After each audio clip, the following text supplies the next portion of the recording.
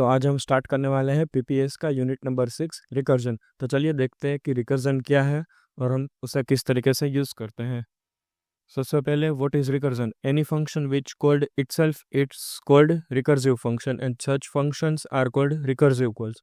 जो भी फंक्शन खुद को कॉल करता है उसे हम रिकर्सिव फंक्शन कहते हैं और इस टाइप के कॉल्स को हम रिकर्सिव कॉल्स कहते हैं। Recursion cannot be applied to all problems, but it is more useful for all tasks that can be defined in terms of similar subtasks. जो रिकर्जन है वो हम सारे प्रॉब्लम्स के लिए यूज़ नहीं कर सकते, लेकिन वो कुछ स्पेसिफिक टास्क के लिए हम प्रॉपरली रिकर्जन को यूज़ कर सकते हैं, जैसे कि फैक्टोरियल फाइंड करना या फिर फिबोनाची सीरीज प्रिंट करना। ये सारे जो प्रॉब्लम्स है हम उसे रिकर्जन की मदद से इजीली सॉल्व कर सकते हैं। It is idea of representing problem with a smaller problems. ये एक आइडिया है कि जो बड़ी प्रॉब्लम है उसे हम स्मॉलर पार्ट्स में भी कर सकते हैं। Any problem that can be solve recursively can be solve iteratively. जो भी प्रॉब्लम हम रिकर्जन के थ्रू सॉल्व कर सकते हैं उसे हम इटरेटिवली भी सॉल्व कर सकते हैं, यानी कि हम उसे लूप की मदद से भी कर सकते हैं। When recursion function called itself, the memory for called function allocated to different copy of the local variable is created for a function call। जब भी रिकर्जन फंक्शन हम कॉल करते हैं उसकी जो मेमोरी अलोकेट होती है उसको एक कॉपी बन जाती है लोकल वेरिएबल में और वो क्रिएट होती है फंक्शन कॉल के टाइम पे। Some of problems best suitable for recursion are. सबसे पहले जो भी कोई प्रॉब्लम्स है जो रिकर्जन से हम इजीली सॉल्व कर सकते हैं उसमें सबसे पहला आएगा हमारा फैक्टोरियल, उसके बाद आएगा हमारा फिबोनाची सीरीज, उसके बाद हमारा है टावर ऑफ हनोई प्रॉब्लम। जिसको भी टावर ऑफ हनोई प्रॉब्लम नहीं पता है, 3 टावर दिए हुए होते हैं, उसे हमें पहली डिस्क छोटी होती है, दूसरी उससे बड़ी डिस्क होती है और तीसरी उससे बड़ी डिस्क होती है। हमें तीनों डिस्क को एक दूसरे टावर में शिफ्ट करना होता है, उसे हम टावर ऑफ हनोई कहते हैं। Working of recursive function. तो चलिए देखते हैं कि रिकर्सिव फंक्शन वर्क कैसे करता है। सबसे पहले यहाँ पर हम क्या करेंगे, डिक्लेरेशन पार्ट आ जाएगा हमारा, जो हम यूजर डिफाइन फंक्शन बनाएंगे उसका। उसके बाद हमारा मेन फंक्शन जहाँ पर हम जो फंक्शन है हमारा यूज़र डिफाइन उसको कॉल करवाएंगे और जो यूज़र डिफाइन फंक्शन है उसके अंदर भी हम उसको कॉल करवाते हैं तो वो क्या हो जाएगा, हमारा रिकर्सिव फंक्शन हो जाएगा। आप यहाँ पे देख सकते हैं रिकर्सिव फंक्शन कॉल, जो फंक्शन खुद को ही वापस कॉल करे। उसके बाद थोड़ी उसकी प्रॉपर्टीज देख लेते हैं। A recursive function can go infinite like a loop. To avoid running of recursion function there are 2 parameters और properties that a recursive function must have. Recursive function infinite भी जा सकता है लूप की तरह।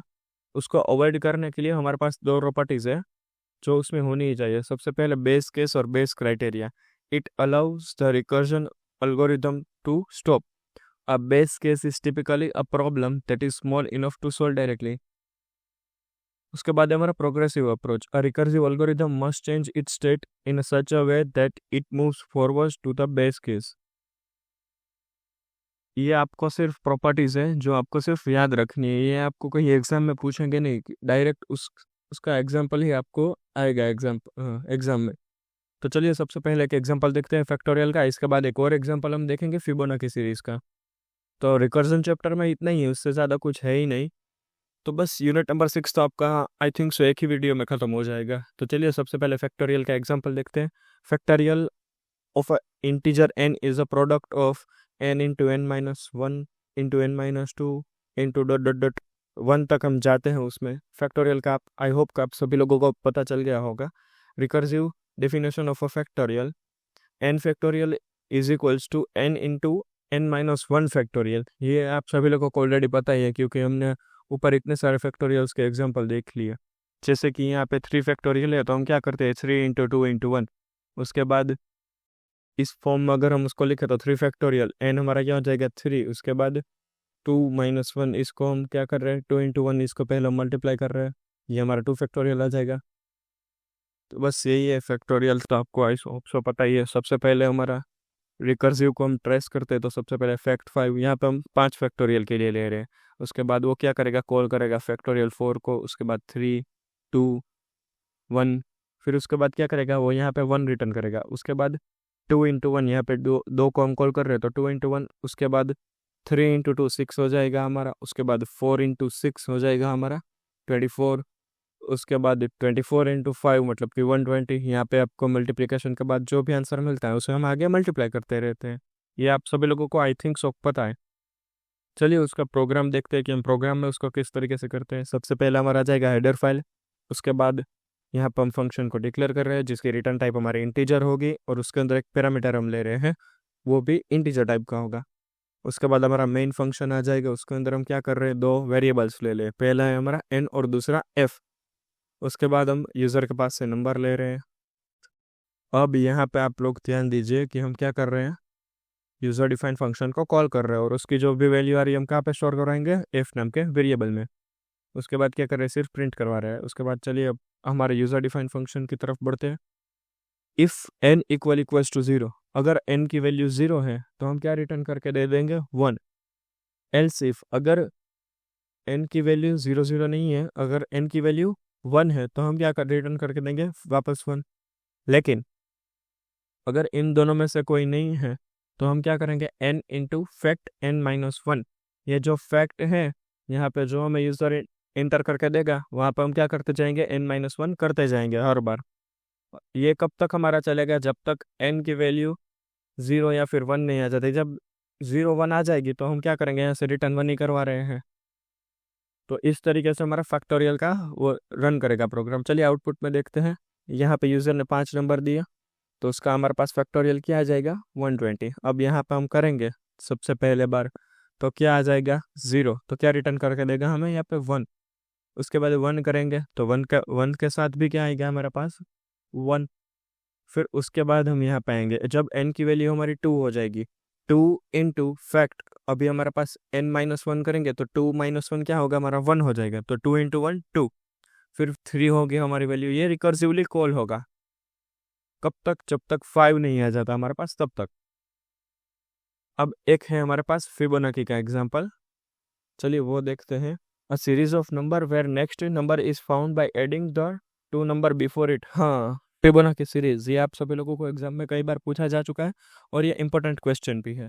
फिबोनाची सीरीज में कैसे मिलती है कि जो पिछले 2 नंबर से उनका एडिशन हम करेंगे। मान लो कि हमारे पिछले 2 नंबर से 1 1, उसका हम एडिशन करेंगे तो क्या मिलेगा हमको, 2। तो वो हमारा फिबोनाची सीरीज में आएगा। उसी तरीके से लास्ट के 2 डिजिट अब हमारे क्या हो जाएंगे, 2 1। 2 1 को हम ऐड करेंगे तो क्या आ जाएगा हमारे पास, 3। लास्ट के 2 डिजिट वापस 3 2, तो उसका एडिशन करेंगे तो 5 आएगा। फिर 5 3 तो 8। इस तरीके से हमारी पूरी फिबोनाची सीरीज इनफाइनाइट तक चलती रहेगी। रिकर्सिव डेफिनेशन हम देखते हैं। यहाँ पे पहली बार हमारे पास 0 होगा, उसके बाद 1, 0 + 1। यहाँ पे हमारे पास मान लो कि यहाँ पे क्या आ जाएगा, n हमारा 1 आ जाएगा, 1 - 1 0। सॉरी, यहाँ पे हमारा आ जाएगा 2, 2 - 1 1, एंड 2 - 2 0, 1 + 0 वापस 1। उसके बाद ये सेम चलता रहेगा। यहाँ पे आप देख सकते हो 4 है हमारे पास, तो 4 - 1 क्या हो जाएगा हमारा, 3 हो जाएगा। उसके बाद 4 - 2 क्या हो जाएगा हमारा, 2 हो जाएगा। तो 2 + 3 क्या हो जाएगा हमारा, 5। सेम चीज़ यहाँ पे हम रिपीट करते हैं। उसके बाद हम उसका देखते हैं कि फिबोनाची सीरीज 4 है तो यहाँ पे 3 और यहाँ पे 2, ये हमें कहाँ से मिलेगा, यहाँ से 4 - 1 3 और 4 - 2 2। उसके बाद हम 3 के लिए वापस करेंगे तो 3 क्या क्या हो जाएगा, 2 फिर 1। इसी तरीके से 2 का करेंगे 1 0, फिर यहाँ पे 1, यहाँ पे 0 2 के लिए करेंगे। यहाँ पे क्या हमारे पास आ जाएगा, रिटर्न 1, यहाँ पे 0। उसके बाद यहाँ पे भी क्या रिटर्न आ जाएगा हमें, 1। यहाँ पे भी 1, यहाँ पे 2 रिटर्न करके देगा वो, 2 + 3 5। यहाँ पे 0 रिटर्न करके देगा, यहाँ पे 1। आई होप कि आप सभी लोगों को ये क्लियर हो रहा होगा। जिसका हम एडिशन कर रहे हैं यहाँ पे 0 + 1 का, तो यहाँ पे रिटर्न का क्या आएगा हमारे पास, वैल्यू 1 ही आएगी। उसके बाद फिर हम यहाँ पे 2 के लिए कर रहे हैं तो इन दोनों का करेंगे तो क्या रिटर्न करके देगा, 1। फिर 2 + 1 क्या करेंगे, यहाँ पे 1 ही होगा। तो सेम तरीके से ये चलता रहेगा। यहाँ पे 3 के लिए कर रहे हैं तो हमारे पास क्या आ जाएगा, 2 और एक आ जाएगा हमारे पास 1। तो ये 2 रिटर्न करके देगा। फिर यहाँ पे भी ये सेम। फाइनल आंसर हमारा क्या आ जाएगा, यहाँ पे 3। आई होप कि ये आप सभी लोगों को समझ में आया होगा। अगर ये पार्ट आपको समझ में ना आए तो मैं डिस्क्रिप्शन बॉक्स में अपना व्हाट्सएप नंबर डाल रहा हूँ। आपको कभी भी डाउट आए तो आप उसमें मुझे मैसेज कर सकते हो। चलिए इसके डायरेक्ट बढ़ते हैं प्रोग्राम की तरफ। सबसे पहले हमारे हेडर फाइल हम इंक्लूड करेंगे। उसके बाद यहाँ पर हमने यूजर डिफाइन फंक्शन को क्या कर दिया, डिक्लेयर कर दिया। उसकी हमारे पास रिटर्न टाइप क्या होगी, इंटीजर टाइप की। और वो वेरिएबल क्या रिटर्न करके देगा हमको, सॉरी, उसके पैरामीटर्स क्या आ जाएगा हमारे पास, इंटीजर टाइप के, एक ही पैरामीटर है। उसके बाद हमारा मेन फंक्शन, उसमें हम यहाँ पे कितनी वेरिएबल्स ले, एन, एम और आई। यहाँ पे हम 3 वेरिएबल्स के लिए ले रहे हैं। Print S entire total terms, user के पास हम टर्म लेंगे, उसके बाद स्कैनफ के थ्रू गेट करवाएंगे, फिर फिबोनाची सीरीज को प्रिंट करवाएंगे। अब यहाँ पे हम फॉर लूप चला रहे हैं, i is equals to 1, i is less than equals to n, i plus plus. ये सभी आप सभी लोगों को अब तो फॉर लूप का कॉन्सेप्ट आई होप सो कि समझ में आ ही गया होगा। अब यहाँ पर हम देखो, यहाँ पर हम क्या कर रहे हैं, फिबोनाची सीरीज के जो ये है यूजर डिफाइंड फंक्शन, उसको क्या करवा रहे हैं, कॉल। यहाँ पर हम क्या ले रहे हैं, बाय डिफॉल्ट वैल्यू एम। ये यहाँ पे आप कुछ भी लिख सकते हो, लेकिन यहाँ पर हमने एम लिखा है क्योंकि हमने यहाँ पे एम के थ्रू ले रहे हैं। सबसे पहली बार पहले प्रोग्राम पूरा देख लेते, फिर मैं आपको ड्राई रन करके भी समझा दूंगा कि प्रोग्राम में चल क्या रहा है। उसके बाद हमारा यूजर डिफाइंड फंक्शन आ जाएगा। उसके अंदर हम क्या कर रहे हैं, इफ एन इक्वल्स टू 0 और एन इक्वल्स टू 1। हमने और की प्रॉपर्टी देखी थी कि अगर कोई एक भी ट्रू होगा तो वो क्या रिटर्न करके देगा, ट्रू। तो हम क्या कर देंगे, एन को रिटर्न करवा देंगे। अगर 0 होगा तो 0 रिटर्न करवा देंगे, 1 होगा तो 1 रिटर्न करवा देंगे। एल्स में हम क्या कर रहे हैं, return Fibonacci n-1 plus Fibonacci n-2। चलिए इसको हम समझते हैं। आउटपुट में हमने 5 टर्म्स दिए, तो चलिए यहाँ पे हमारी n की वैल्यू क्या हो गई, 5, आई हमारा क्या है 1, कंडीशन ट्रू होगी, फॉर लूप में अंदर जाएगा। सबसे पहले ये क्या करेगा, फिबोनाची m हमारा अभी क्या है बाय डिफॉल्ट 0, तो वो क्या कर देगा, सबसे पहला प्रिंट करेगा 0। उसके बाद क्या करेगा, m प्लस प्लस, m की वैल्यू हमारी क्या हो जाएगी 1। यहाँ पे वापस कंडीशन चेक करेगा, i की वैल्यू क्या है हमारी 2। ठीक है, आई होप कि आप सभी लोगों को ये समझ में आ रहा है। हमारी 2 वैल्यू हो जाएगी। उसके बाद i 2 is less than equals to 5, condition वापस ट्रू होगी, अंदर आएगा, वापस क्या प्रिंट करेगा 1।